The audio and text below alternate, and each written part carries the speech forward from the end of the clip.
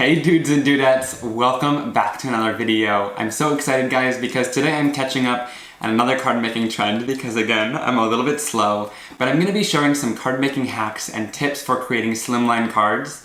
You guys liked my last video on blending brushes, I think because it's kind of really just me testing things out rather than going super in depth on everything like I know it. So I'm kind of taking it from an angle like if you're just starting, I'm going to be kind of teaching you and learning some of the things that I've been learning. And I also want to share how to stretch some of your supplies to make them work for slimline cards. So all of that and more is coming along in today's video. Let's get started.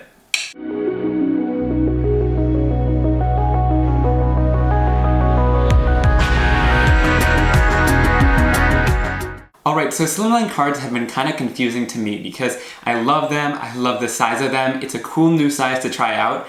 However, it's hard to see a video of someone actually cutting one down and scoring it and putting it all together. So that's the first thing I'm going to be showing you in today's video. And I'm going to be sure to leave all the measurements down below. But here is what we're going to be creating. So I'll show you how to create the actual card and then also a little piece that fits on top with a nice border. This is an 8.5 by 11 sheet of cardstock. And I'm going to cut it first off horizontally and I'm going to cut it to 8 5/8. So 1, 2, 3, 4, 5. And I'm using my Tonic Studios trimmer. This is one of my faves because it cuts perfectly for me every time. And then I'm going to cut it to 7 2/8. So I'm going to go here. So I'm going to take this with my Teflon bone folder and I'm going to score at 3 5/8. So 1, 2, 3, 4, 5. It's right next to the 4 bar mark. And I'm just going to go in here and score this down, and then I'll flip my card to ensure that I'm going to get it all the way down, because this is a very tall card. Now I'll flip my cardstock and score it down. So that creates the base itself. And so that creates a really nice slimline card. Now keep in mind, there are a couple different sizes of slimline cards you can create. I know it's a little bit confusing, but this is the size that fits in the business size envelope and also the size that a lot of companies are making their products after, so I wanted to share that. And from there you can cut down whatever you want to fit on top of here. If you want a little border around it, I know there's some really great dies to cut down pieces evenly if you need help with that, but I just take, the same amount off of each side and then you're going to get a really great, nice little border around your card. And I'll leave down the dimensions of this one down below. Okay, so I noticed that a lot of companies are coming out with lots of products for slimline cards, which I think is super cool, but you guys have already probably invested in a bunch of 6x6 stencils and stamps as well, and I want to show how to incorporate those in your card making projects, even when you're creating a card like this that's a lot taller. So let's start off with a stencil. Now this is my The Lou stencil, and I'm going to take it from here and stretch it all the way up the card. Now I'm going to just place this down first at the bottom. Alright, so I'm just going in here and I'm going to simply blend some greens and blues kind of cascading up my card with some Simon Hurley Create inks. I'll go in with a little bit of Psych here. And before we get all the way up to the top where this stencil kind of cuts out, I want to kind of stop blending at a good point like this so that I can continue the pattern upwards. And this one's a fairly geometric stencil, so what I can do is lift it off my card, then I can take it and match up the pattern. So look, this matches up perfectly right there. Line up that pattern. That's why I kind of faded it out there so I can continue it up going towards the top. Then I'll bring in my next color, which happens to be Clear Skies, and this is just a really easy way to continue your pattern all the way up the card, not have it end anywhere, and just keep it going upwards. So there's no need for a special stencil here. Even though it cuts off at the 6-inch mark, you can always move your stencil and continue moving upwards. And I'll finish it off with a little bit of Midnight Snack here.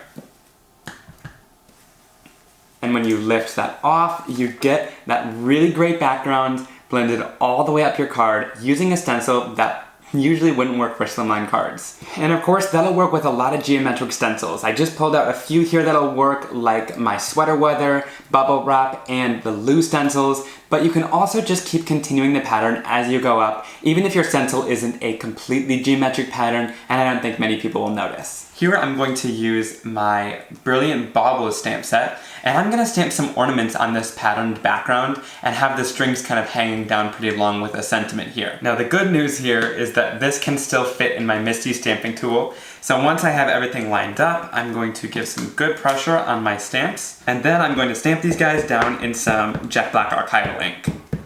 And then I'm just going to ink up the little string with the little bow at the end of it. And of course you could do this with real string if you want to.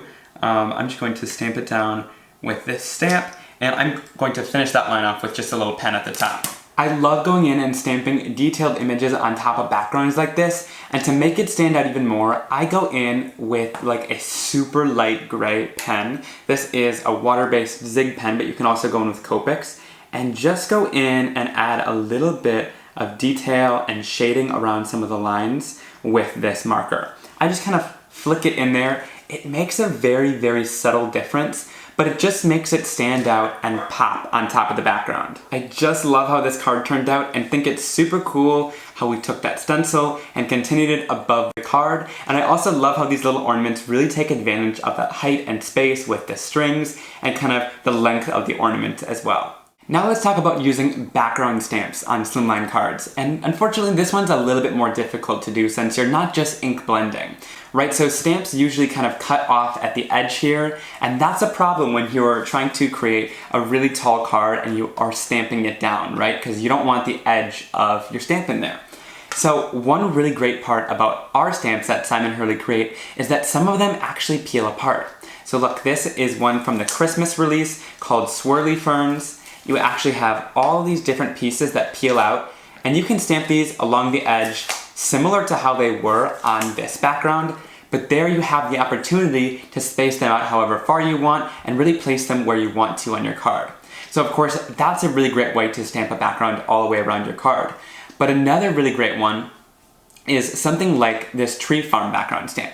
Now this part also peels apart right here, but if I just went in and I peeled off this bottom piece, you'll see that this pattern actually has nowhere where it ends. So these trees will continue if you just keep stamping it upwards. So let's do this tree farm background stamp. So like I said, I peeled out this bottom piece, and let's do our continuous stamping with this one. So I'll just go in here with my fake plant ink pad and ink up my whole background stamp here. And then I'll spray this down to get a little bit of water on there. Let me flip this over. I am a little bit messy. I'll take my stamp and flip it over and stamp it down.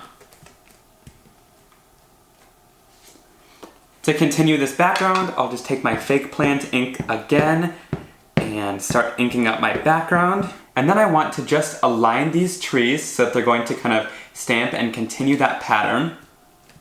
Give some good pressure, and there we go. I love how that background looks, and once again, it's really cool that you can continue that pattern upwards just by peeling apart a piece of the stamp. And of course, with some of my other peel aparts, like I said, you can kind of stamp them around the background and fill things in. There's lots to choose from our peel apart line. Okay, so I finished this second card off camera. I used the Snazzy Snowman stamp set to do this little guy here, and did the sentiment, "Does this scarf make me look fat?" which is so funny. And I just love this. It's a great way to maximize the space and have a nice large image on there while still being able to see lots of the background. And this was so much fun today to kind of explore the whole world of slimline cards and the things you can create with them, and really how to stretch your supplies to create slimline cards. I know you guys have probably invested in lots of normal size supplies for your A2 size cards, and why not be able to bring those to different sizes? These cards fit in business size envelopes, but if you want some fun mailing envelopes for them as well that are a little bit sturdier and come in different colors, I'll link some of my favorites down below that I've found. And be sure to give this video a big thumbs up. Click that subscribe button so you never miss another video like this one from me. And also, let's chat down below in the comment section. Let me know if you guys have jumped on this slimline cards trend and what you think of it. I think it's been tons of fun, and it's a cool new way to step out of just the regular size cards and be able to use all of this space for some fun designing. Alright guys, see you very soon for another card making and crafting video. Have a great day. Bye!